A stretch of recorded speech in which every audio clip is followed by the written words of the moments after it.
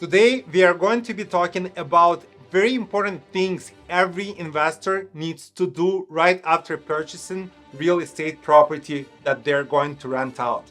The internet is flooded with advice from internet gurus on how to purchase 10 properties in 2 years. But I couldn't find any advice on what to do right after the purchase. Everyone is talking on how wonderful and easy it is to invest into real estate. Yeah, really easy. Borrow 97% of property value, rebuild it, rent it out, and live in the garage while making loan payments. Yeah, sounds like a dream life.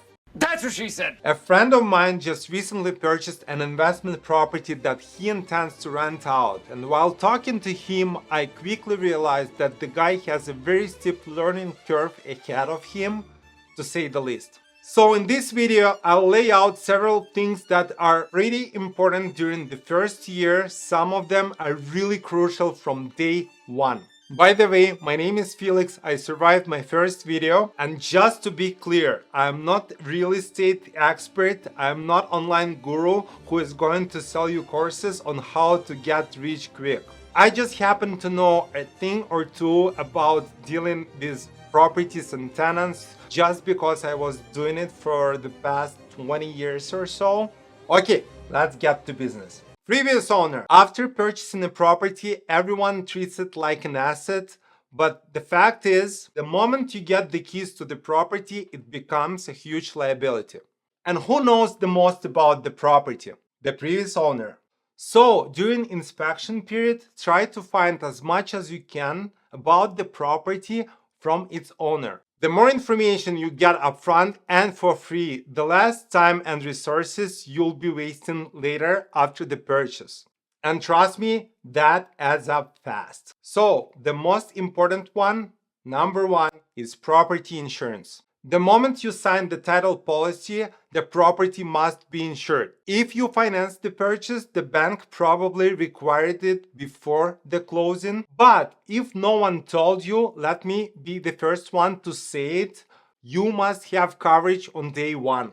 Make sure it is the right type. A rental insurance policy that includes liability, property damage, rental income loss, umbrella coverage would be nice to have as well. One often easy and cheap option is to ask previous owner about their insurance broker. Most likely broker already knows the property and may help you to rewrite or transfer the policy really quickly. Not a guarantee, but worth a shot because you'll be busy with many other things. And keep in mind, the more units property has, the harder it is to insure. Especially these days, and especially in specific states where insurance companies disappear like tenants after background check. Oh, okay. The other valuable piece of information you may get from a previous owner, these are keys and billing plans, if any. Hopefully your negotiation went well and you are on good terms with the previous owner. In this case, make sure you get every bit of technical and operational information about their property. Floor plans if they exist, keys and labels, transferable warranties on appliances and systems, equipment manuals, and maintenance records. Also, ask about things like plumbing shutoffs, circuit breakers, irrigation systems. Don't assume anything based on industry standards, especially in older properties. Those are complete mess. These will save you days of frustration. Bottom line, if you keep a friendly line of communication with previous owner and you can call them after the closing, this goes a long way. I once inherited amazing neighbors with the property just because previous owner vouched for them. I don't need to have surveillance on or around the property because I get all the latest news and gossip every time I stop by the property and talk to them. Next section, tenants. If you are inheriting tenants, don't surprise them with random Venmo requests or post-it note on the door. With a single unit, it is pretty straightforward. But with multi-unit properties, especially commercial ones, you may be in for real experience. One of my close friends still has a mental trauma from one of the properties he just recently acquired. He walked into the unit during renovation and had to witness one of the drunk tenants being dry humped by her friend. Didn't matter that she was passed out and that other workers were in the room, the guy was committed. And by the way, it was 11 a.m. Power of love. Anyway, if you have the opportunity, introduce yourself in person. As a bonus, you'll get to hear how awesome you are and how terrible the previous owner was. So, this is Biden. Don't be flattered though, because in several months they'll be saying the same about you. But seriously, it'll give you a good read on who is who and what you are walking into. The other portion of this section are leases. Once the introductions are done, start reviewing the leases. Mark to yourself notice periods, lease extension deadlines, and renewal clauses, if any. In 90% of the cases, you are getting straight into some kind of renegotiation or hearing stories about rent decreases, some renovations, or some other perks that previous landlord promised to them. Lucky for you, remember, you are friends with the previous owner, so cross-check all the information. Document all the interactions, keep everything in writing, and don't promise anything verbally. Last but not the least, send the introduction letter with your contact information, lease terms, payment instructions, key dates. Technically, it also helps to confirm the validity of inherited leases. Next part, service companies and utility providers. Let's start with utility providers. This isn't just gas or electricity, and depending on the lease, you or the tenant may be paying for them. Make sure the accounts are properly metered by energy providers. Those meters are assigned to the correct unit, and that unit is getting a bill. Because if there is a mistake, the utility companies will be coming after you.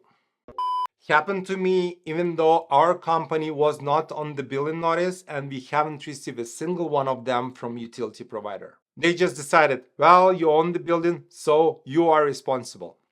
Also, make sure that your company is listed with utilities providers as a property owner and no one else can make changes to the account without your approval. One of our genius tenants in the past, ex-tenants, decided that they no longer wanted to pay for their utility bill, so they pretended like they were calling from our company and contacted energy provider and canceled their bill. My genius is, it's almost frightening. Utility provider didn't even care to verify the information. Scorcher today. Oh my God! Took us months to figure this one out. Next portion, service providers. These are things like trash, lawn care, snow removal, HVAC services, pest control, towing companies, you name it. You don't have to deal with them on day one, but know who does what and how to reach them fast if you need them, because problems will come up. Also, make sure you know how to turn on the heat or conditioner. One of our properties has a heating system that was installed there in 1973. No one services this kind of system anymore. But once we figured out how to turn the system on, this baby works like a charm year after year. Last but not the least, city inspections.